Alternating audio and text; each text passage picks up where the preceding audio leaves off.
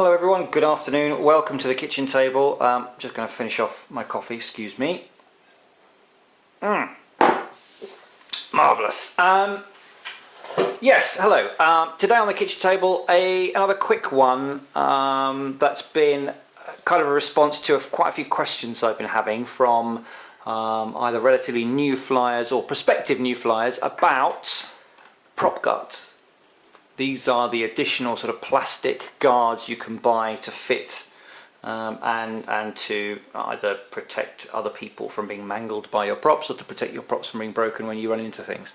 A lot of people have asked them, do I recommend them, do I use them, why not? So I thought I'd actually run through what I think, but also give you some of the pros and cons so that you can make a decision. So that's only fair, isn't it? So first of all, I don't use prop guards. I never have from day one. And I'll run through the reasons for that. The first reason for that is because I didn't come straight to this as my first quad. I had this little bad boy, the Hubsan X4. This is the original X4, still going strong. A bit teeny, as you can see there.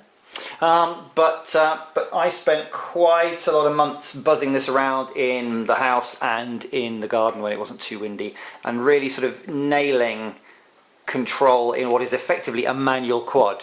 There are some gyros to keep it balanced, but there's no GPS, there's no flying aids. This will zoom and drift around and you need to correct those. So that gave me a reasonable amount of piloting skill, which meant that when I transitioned to this one, I felt relatively confident in my ability to react in the correct way. I spent a lot of time actually flying this, what they call nose in. This is the front of the quad facing you. Which means that if I suddenly hit the control stick to the left, as we look at it, it will go that way. And you'll need to, in your brain, realise that if it starts drifting this way, you need to give a correction to the left to bring it this way, not to the right. So that was good and meant that I didn't feel that I'd be in danger of crunching into anything. The second reason is that I didn't and don't really at that stage certainly fly anywhere in a situation where I was going to come into close contact with a person or a tree or a wall or anything like that. And I still think you shouldn't really fly these in a situation where you're going to get very close to people. You can get quite close, or at least give the impression of getting close, because of the fisheye effect. You can actually be several feet away from a thing and it looks much closer than it is. And I always, anyway, if I'm going to do anything sort of close, I always fly above head height for people or things like that. I don't do much of it, and I never have. That's another reason. The third reason is portability. When you add these big extra rings, suddenly all your kind of nice, neat, slim flight case options, like the backpack case that I reviewed in a previous video, like the sort of Duratool case, all of a sudden you need to either get a much bigger case or you need to sort of do away with the carrying it around with you idea, and because these things are kind of fairly big. And so that leads to another reason why I chose not to do it as well, is because they do add a little bit of extra surface area, which in windy conditions can cause it to drag a little bit if it's heading into wind, and maybe go a bit get a bit tugged to one side. So certainly in the days before I had a gimbal on the original Vision here, there is an element of kind of adding to the choppy nature of things. For the 3-axis stabilization in the Vision Plus, or if you've got a P2 with a H3 3D, that's not so much of an issue. So another con, if you like, to the prop guards is the way they're fastened in. They actually fasten in using the couple of the motor screws here. You take the original motor screws out, and in the kit for the prop guards you get 2 longer screws to allow you to go through the plastic of the prop guard and then into the motor and still keep that secure. What lots of people have done is they've decided that they don't want their prop guards anymore for whatever reason, or they want to take them off to store or to travel, and what they've done is they haven't kept the stock screws, or they've lost them, or they've just forgotten, and they've taken the guard off. They've then put this, refixed the motors with the longer screws that came with the guard. Those will go straight up through the base of the motor and will quite happily strip away and ruin the copper windings inside. Lots of reports of people completely ruining motors by just forgetting and screwing and screwing and screwing until graunched, it's gone.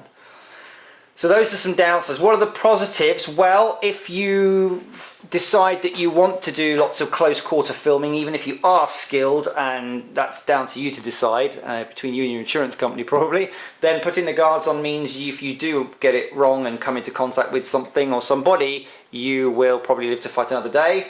There's been some video on YouTube going around about some sort of trick flying of Phantoms, and they're kind of flying them through pipes and down kiddie slides and various things, and of course the guards mean that they just kind of bump across the sides. So for that sort of thing they can be useful.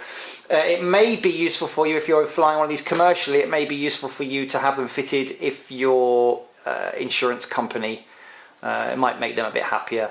You might want to tout that as part of your safety brief as well, that you fit them anyway. That's another reason.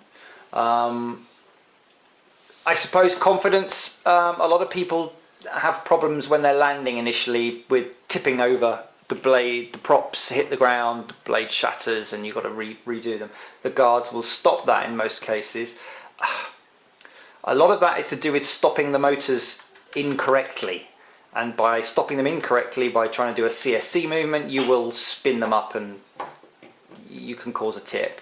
I've done another video about how you should shut down properly, which I will link to somewhere over here if you're interested, if you weren't aware, and that will stop 95% of tip overs. Other people use the guards, and some of them come with a bit of string to block this gap, because obviously if you've got two things going around like this, there's a nice gap there where you can get wedged into sticks and poles and trees. A bit of twine across there to bounce off it. That could be another issue. I just have never put them on.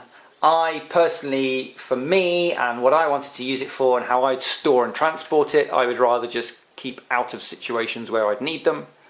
If you do need them, the biggest things to watch out for are overconfidence, because even if you've got prop guards on, this is a fair weight zooming towards people or buildings, and whilst it will, it will stop them being hit by the props, you don't want to get too close, really.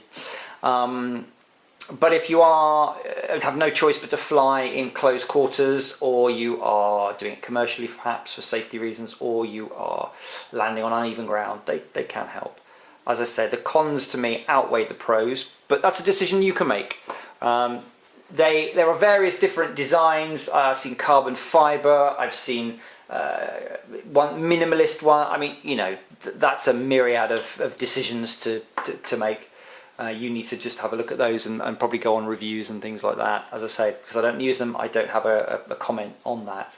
Other than just watch how they're fixed. You can get, I have seen some alternatives that sort of clip around the arms. They may be better, they may not, they may have a risk of coming off in flight.